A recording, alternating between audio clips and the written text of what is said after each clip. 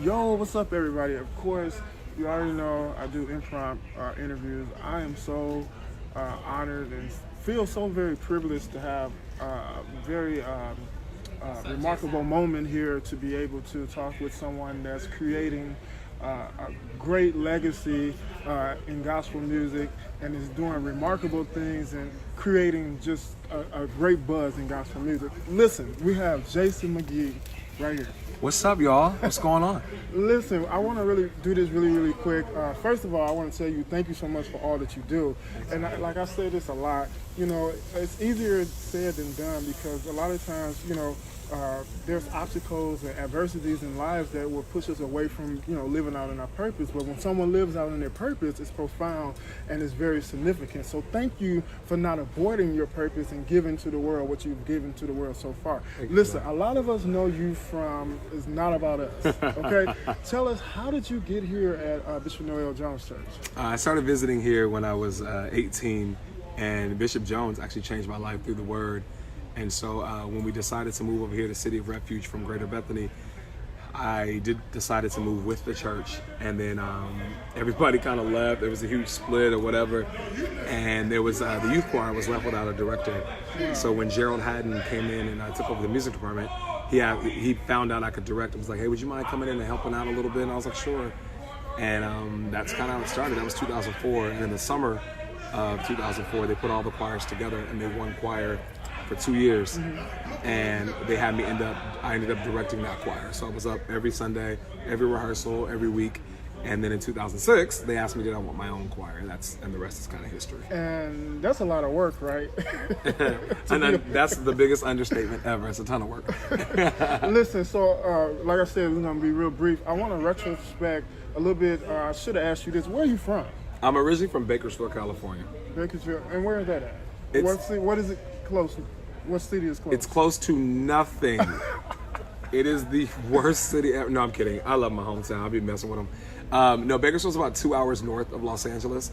It is, people don't think California has a country, but Bakersfield is the country. Like, my friends raise cows. The city smells of cows at times. It's a hometown, you know what I mean? Like, it's very simple living. The people are very simple, but it sells like 350,000 people there.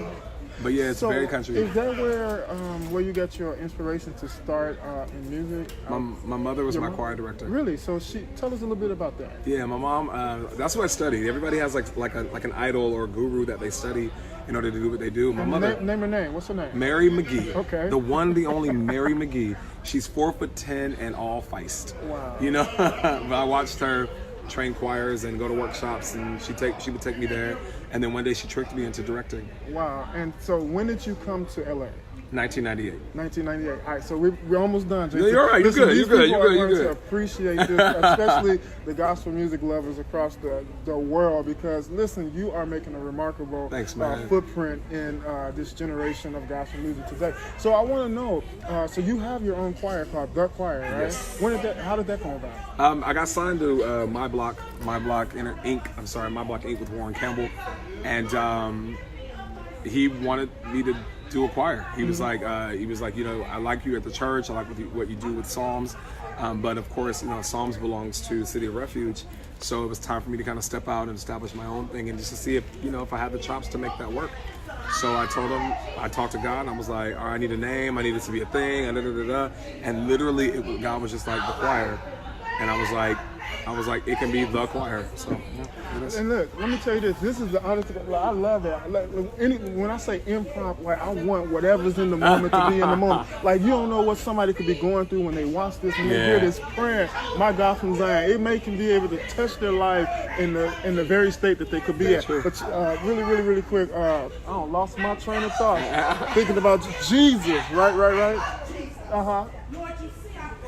See. I told you got to be cautious to the spirit. So listen, I was listening to Kirk Franklin's station, on Sirius Radio, right? Yeah. So I got the opportunity to actually jam the song that was playing.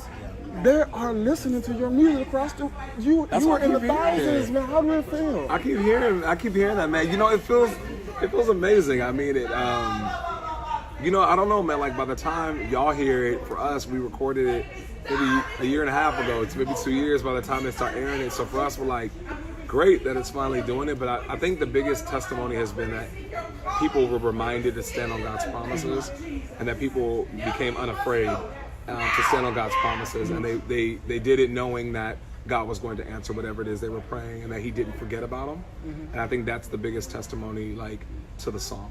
I think the song has done that for people. Along with the message, listen, like, it's so much that goes into a masterpiece. You have to have great harmony. You have to have great delivery. You have to have the niche to create something that people want to actually hear. And music goes along with the lyrics, because you can have some powerful lyrics, but if the music presentation isn't to the level that is presentable, a lot of people won't even pay attention to the message. So listen, you do a phenomenal job with your music and lyrics. I just wanted to say that. Thanks, man. So I'm about to go really fast.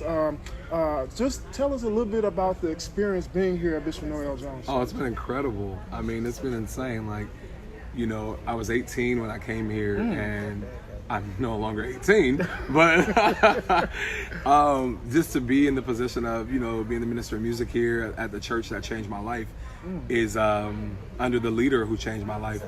It's a blessing, you know what I mean? There are moments when I sit back and I'm like, wow, I'm really here.